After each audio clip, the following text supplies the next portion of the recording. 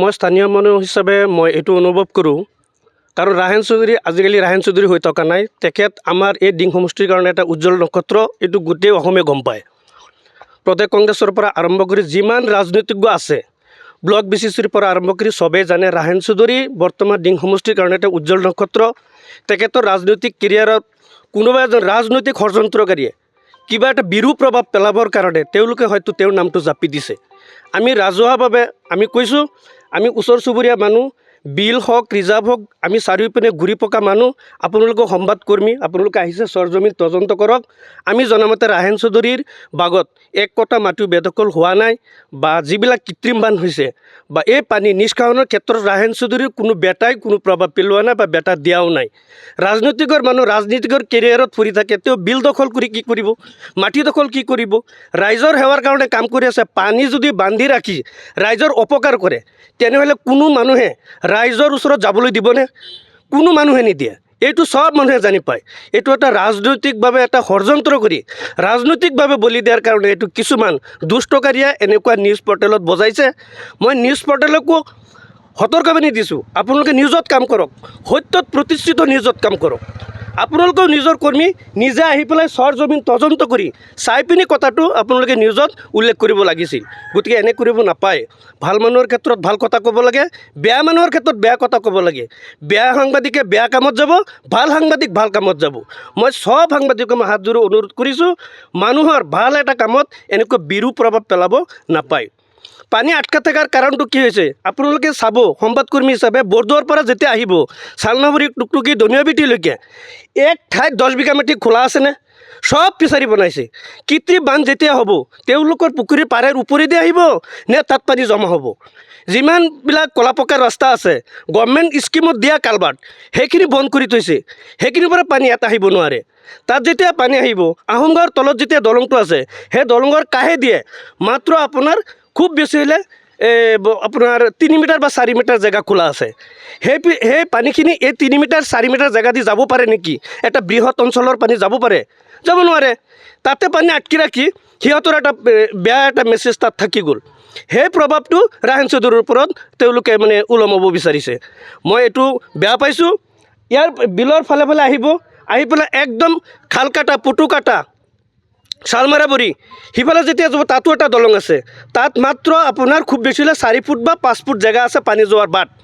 এটা বৃহত্তৰ অঞ্চলৰ পানী 4 ফুট আৰু 3 ফুট জেগা দি পানী যাব পাৰে নেকি? মই যদি কৈছোঁ মোৰ কথা সত্যত প্ৰতিষ্ঠিত হয় নে নহয়, আপোনালোকে সংবাদকৰ্মী হিচাপে 2 ঘণ্টা সময় কষ্ট কৰিলে এইখিনি চাওকগৈ। মই কোৱা কথা এটা মিছা আছে নেকি? মিছা আছে? কোনোবাই যে ৰাইজ আছে চবে কওকচোন। চাৰিওপিনৰ পৰা মানুহ আহিছে, এই কথাকেইটা মিছা নেকি?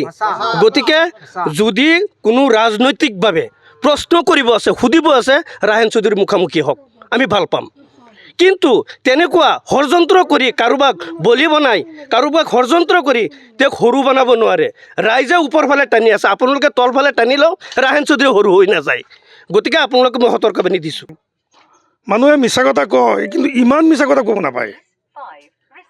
বিল, এই ৰৌমাৰী বিলখন গভৰ্ণমেণ্টৰ পৰা এজনে বঙালী মানুহ এজনে আপোনাৰ ডাকত আনিছে, মানে বছৰকে পইচা দি পেলাই আনিছে। বিল তেওঁ চলাই আছে, মইতো একো নাজানো এই ব্যাপাৰে। দ্বিতীয়তে কথা হ'ল, তেওঁলোকে কৈছে যে মই মোৰ ঘৰৰ সন্মুখত আপোনাৰ বিলটো কমপ্লিট বান্ধি দিছে মহলদাৰে। এইটো এটা গোটাক মিছা কথা কৈছে। আপোনালোকে নিশ্চয় তদন্ত কৰিছে। এতিয়া গৈ 50 নল 60 নলমান এতিয়াও পানী মানে বিল খোলা, কমপ্লিট খোলা। কিন্তু সমস্যাটো কি হৈছে, এই সমস্যাটোত কোনেও নাযায় যে পানী কিয় আহিব পৰা নাই। মানুহৰ যে অসুবিধা হৈছে, আমিওতো বিচাৰোঁ মানুহবিলাক শান্তিত থাকক, মানুহবিলাকৰ প্ৰব্লেম হওক, এই কথা আমিও নিবিচাৰোঁ। গতিকে ইয়াত আপোনাৰ মেইন প্ৰব্লেমটো হৈছে, আপুনি যাওক য'ত তেওঁলোকে মোৰ বিৰুদ্ধে কৈছে কথাখিনি, পানী যে ৰাস্তাৰ তলত ডুব গৈছে, তাৰ পৰা আহক, লক্ষ্য কৰক। আহি পেলাই আপোনাৰ হেৰি পাব, বাৰোৱাটিৰ পৰা যিটো ৰাস্তা আপোনাৰ বৰদোৱা গৈছে, সেই ৰাস্তাটোত পাব। তাত এটা ব্ৰিজ আছে, ব্ৰিজৰ ইফালে সিফালে ঘৰ বনাইছে মানুহে, পানী অহাৰ কোনো জেগা নাই। সেইটো বাদ দিয়ক, আহক এতিয়া আমাৰ আহোম গাঁৱৰ যিটো ব্ৰিজ আছে, পকী ব্ৰিজ, ইয়াত আহক। ইয়াত আহি চাব, আহোম গাঁৱৰ ব্ৰিজটোতো পানী অহাৰ কোনো ব্যৱস্থা নাই। সন্মুখত টোটেল বান্ধি দিছে মানুহে, ইফালে বেক চাইডত টোটেল বান্ধি দিছে মানুহে। তে মোৰ ঘৰ তাৰ পৰা 5 কিলোমিটাৰ ডিষ্টেঞ্চ, মই কেনেকৈ পানী আটকালোঁ? আপোনালোকে কওক, মই পানী কেনেকৈ আটকালোঁ? গতিকে এইবিলাক এটা ষড়যন্ত্ৰ।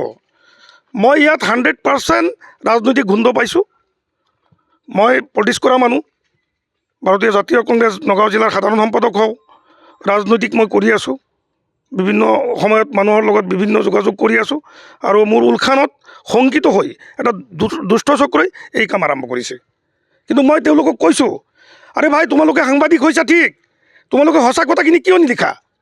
বগা সাংবাদিকৰ দৰে কাম কৰি তোমালোকে সমাজটো ভাল কৰিব নোৱাৰিবা ইমান ফাঁকি কথা কৈ? আৰু তোমালোকে যদি তেনেকুৱা কৰি থাকা, মই নিশ্চিতভাৱে আইনৰ দ্বাৰস্থ হ'ম। কাৰণ তোমালোকে কৈছা মই ৰৌমাৰী ৰিজাৰ্ভত চৰকাৰী মাটি দখল কৰি ফিচাৰী বনাই খাই আছোঁ। এক লোচা মাটি মোৰ নামত নাই, এক লোচা চৰকাৰী মাটি মই খোৱা নাই, এক লোচা চৰকাৰী মাটি মোৰ নামত নাই। মই ফিচাৰীও দিয়া নাই, মই খোৱাও নাই, মোৰ পৰিয়ালেও খোৱা নাই। কোনোবাই ক'ব নোৱাৰিব, কোনো মানুহে ক'ব নোৱাৰে এই কথা। চৰকাৰে তদন্ত কৰক, তদন্ত কৰি পেলাই যদি পাই মোক উপযুক্ত বিচাৰ কৰিব, শাস্তি দিব, তাত মোৰ ক'বলগীয়া একো নাই। কিন্তু কথা হ'ল, জনসমাজত এজন মানুহৰ এনেকৈ খাই প্ৰতিপন্ন কৰাৰ কাৰণে এইবিলাক কাম সাংবাদিকে কৰিব নাপায়। সাংবাদিকক বহুত আমি ইজ্জত দিওঁ, সন্মান দিওঁ। গতিকে এনে অৱস্থাত সাংবাদিকসকলে মানে যিকোনো কাম, যিকোনো কথা ফটকৈ বজাই দিব নাপায়। মই আচৰিত হৈছোঁ যে আজি আপোনাৰ যিবিলাক কথা বজাইছে, ভূ মাফিয়া, মাটি, চৰকাৰী মাটি দখল কৰিছোঁ, চৰকাৰী ৰিজাৰ্ভত, ৰৌমাৰী ৰিজাৰ্ভত ফিচাৰী খান্দিছোঁ, য'ত 1% সততা নাই, 100% গোটাকৈ মিছা কথা। গতিকে এইখিনিয়ে ক'লোঁ আৰু।